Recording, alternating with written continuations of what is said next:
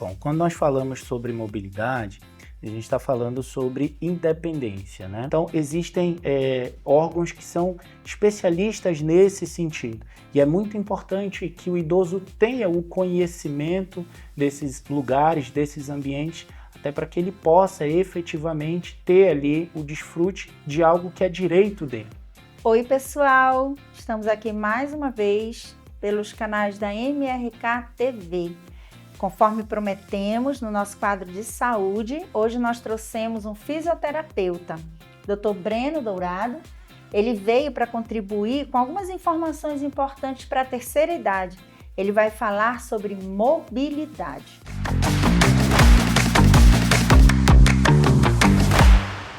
Então, pessoal, como eu falei na abertura, nós estamos aqui com o Dr. Breno Dourado, ele é fisioterapeuta e ele vai se apresentar para a gente. Bom, obrigado pelo convite, é um prazer estar aqui. Eu sou Breno, fisioterapeuta, tenho especialização em terapia intensiva, estou me especializando em gerontologia e saúde do idoso. E para mim é um prazer poder contribuir aqui com vocês da Moraqui e falarmos um pouco sobre mobilidade e saúde do idoso. Legal, muito bem-vindo, doutor.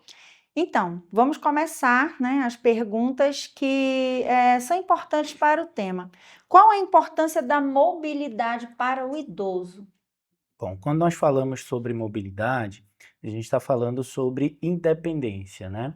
E o processo de envelhecimento, a gente encontra várias barreiras em relação ao idoso que tem alguma limitação de mobilidade ou um déficit de capacidade funcional motora que pode restringi-lo a fazer determinada atividade, inviabilizando ele, no dia a dia, né?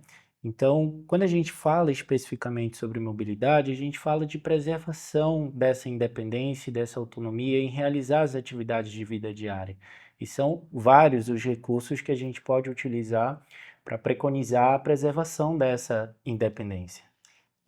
Então, esses exercícios, essas atividades que beneficiam a questão da saúde física e mental do idoso, onde e como ele pode estar praticando essas atividades? Bom, o idoso ele tem como um processo de envelhecimento, fisiológica e biologicamente falando, algumas alterações que são significativas. Então, o idoso que apresenta doenças de comorbidade, como hipertensão arterial, doenças metabólicas, como a diabetes mellitus, ele pode apresentar fatores intrínsecos que o limitam do ponto de vista motor. Então, ele deve procurar, óbvio, primeiro um acompanhamento médico e um acompanhamento multiprofissional para que ele possa efetivamente iniciar o processo, se necessário for, de reabilitação ou começar um processo de preservação dessa independência e dessa funcionalidade. E nós temos vários campos onde ele pode iniciar esse processo, centros de convivência, espaços especializados no atendimento à pessoa idosa, e, de uma forma geral, algum lugar que ele possa efetivamente ser assistido de forma eficaz.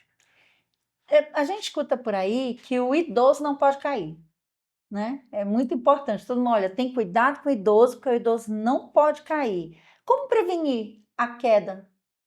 Bom, nós temos alguns índices que são índices que fazem o processo de orientação tanto do profissional que está acompanhando esse idoso, quanto para a família ou para o próprio idoso. Posso citar o índice de QETS, que é o índice de independência funcional, onde a gente faz uma avaliação de quanto é que esse idoso tem a funcionalidade dele preservada. Por exemplo, o idoso que toma banho sozinho pontua, o idoso que se alimenta sozinho, que se veste sozinho, que vai realizar as atividades do dia a dia sozinho, também pontua. Então, dentro dessa avaliação que é realizada pela equipe multiprofissional, a gente consegue identificar de forma assertiva qual que é a chance, os riscos que esse idoso pode apresentar dentro da sua capacidade funcional motora. A chance de queda? Principalmente a chance de queda, que é hoje o principal limitador para o idoso. A principal causa de imobilidade hoje no idoso é a queda e a queda de própria altura. Então, o idoso que apresenta um índice grande de vulnerabilidade ou aquele idoso que apresenta fatores sociais e ambientais que expõem ele a essas atividades, esses riscos, a gente identifica, estratifica e, óbvio, individualiza o tratamento. É importante a gente depois abordar com mais profundidade esses temas. Eu acho que a gente podia, inclusive, fazer um programa para falar de quedas e também de doenças na terceira idade, essas que, via de regra, acometem, né, os idosos, os reumatismos, as artroses e artrites e osteoporose. Depois eu acho que a gente pode fazer um programa específico para esse tema, porque é um tema bem abrangente e bem real, né? A maioria dos idosos tem esse tipo de problema e tem que lidar com isso. Então, a gente pode trazer também informações de como lidar da melhor forma possível com essas doenças. Doutor, o senhor pode concluir a entrevista falando alguma coisa mais relacionada às terapias, aonde aqui na nossa capital os idosos podem encontrar centros de convivência, centros de tratamento, lugares onde eles possam interagir, né, se exercitar, praticar as atividades e ter também esse cuidado mais direcionado para a questão da mobilidade. É, nós temos hoje o processo de avaliação desse idoso do ponto de vista da mobilidade.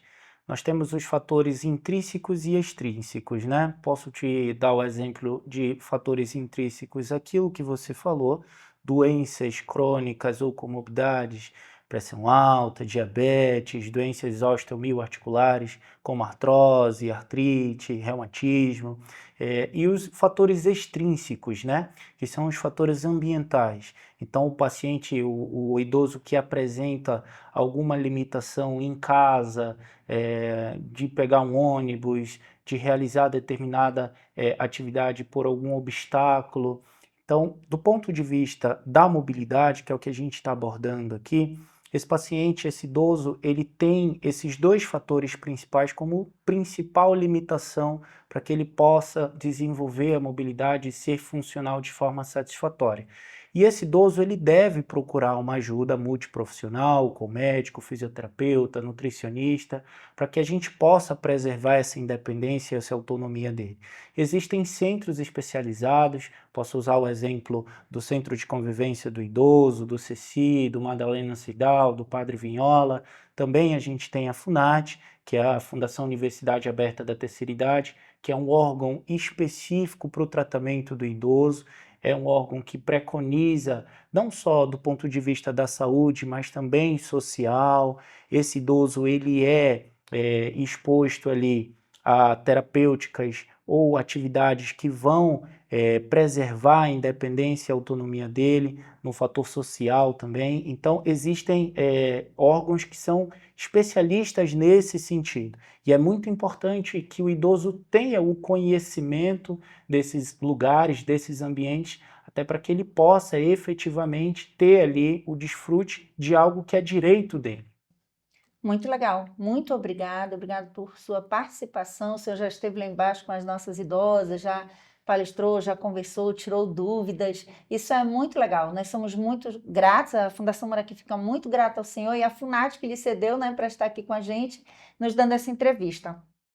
Como nossa abordagem geralmente é saúde, vamos depois, numa outra oportunidade, nos aprofundar mais nesse tema da mobilidade. A gente também vai convidar alguém da FUNAT, um pessoal de nutrição também, para vir conversar com a gente a respeito da alimentação, porque a alimentação, a boa alimentação, ela também corrobora, né, para Sim, o bem-estar, para a é. saúde, inclusive para essa parte de mobilidade do idoso, Sim, né? nós temos 5 fatores principais para um processo de envelhecimento saudável. São eles: praticar atividade física, uma boa alimentação, como você falou, uma boa qualidade de sono, um fator social que vocês têm aqui, é um espetáculo, o amor aqui é muito importante, e também não se estressar, Ah, sim. Ok. que é difícil, Sim. mas é importante. Tá certo, doutor. Muito obrigada. Então, a gente vai tomar como base esses 5 fatores e vamos falar mais sobre isso nos nossos próximos programas. Muito obrigada, fique com Deus e siga os nossos canais. Aqui no rodapé vai aparecer todo o endereço nosso das redes sociais.